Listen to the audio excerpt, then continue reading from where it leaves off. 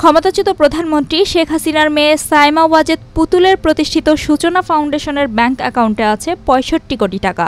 Bangladesh financial intelligence unit BFIU এর একটি অভ্যন্তরীণ প্রতিবেদন সূত্রে এই তথ্য জানা গেছে। সংস্থাটি জানায়, প্রতিষ্ঠার পর থেকে সূচনা ফাউন্ডেশনের ব্যাংক অ্যাকাউন্টে জমা পড়েছে ১৭৯ কোটি টাকা, বিপরীতে খরচ হয়েছে ১১৪ কোটি টাকা।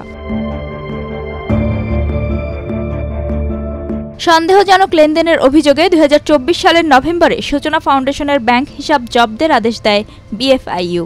এরপরই সামনে আসতে থাকে একের পর এক গোপন তথ্য।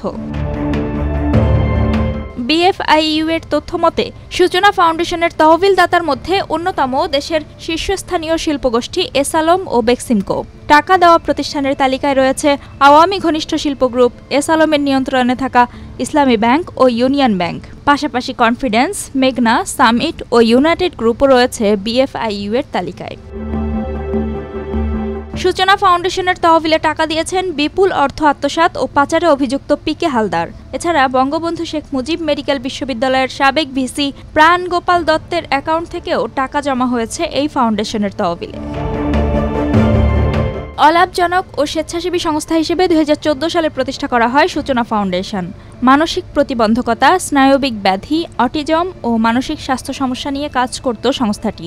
এর ট্রাস্টি বোর্ডের প্রতিষ্ঠাতা ও চেয়ারপারসন সাইমা ওয়াজেদ পুতুল। পাশাপাশি বিশ্ব স্বাস্থ্য সংস্থা WHO এর দক্ষিণ পূর্ব এশিয়ার আঞ্চলিক পরিচালক হিসেবে কর্মরত আছেন পুতুল।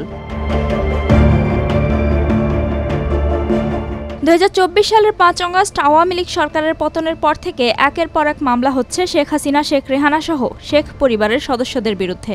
মামলা থেকে বাদ পড়ছেন না সাইমা ওয়াজেদ পুতুল। পূর্বাচলে প্লট অধিগ্রহণের ক্ষেত্রে তথ্য গোপন ও ক্ষমতার অপব্যবহারের অভিযোগে পুতুলের বিরুদ্ধে মামলা করেছে দুর্নীতি দমন কমিশন, দুদক। সম্প্রতি সূচনা ফাউন্ডেশনের নিবন্ধিত ঠিকানায় অভিযান পরিচালনা করে দুদক, তবে কোনো অস্তিত্বই পাওয়া যায়নি সূচনা ফাউন্ডেশনের।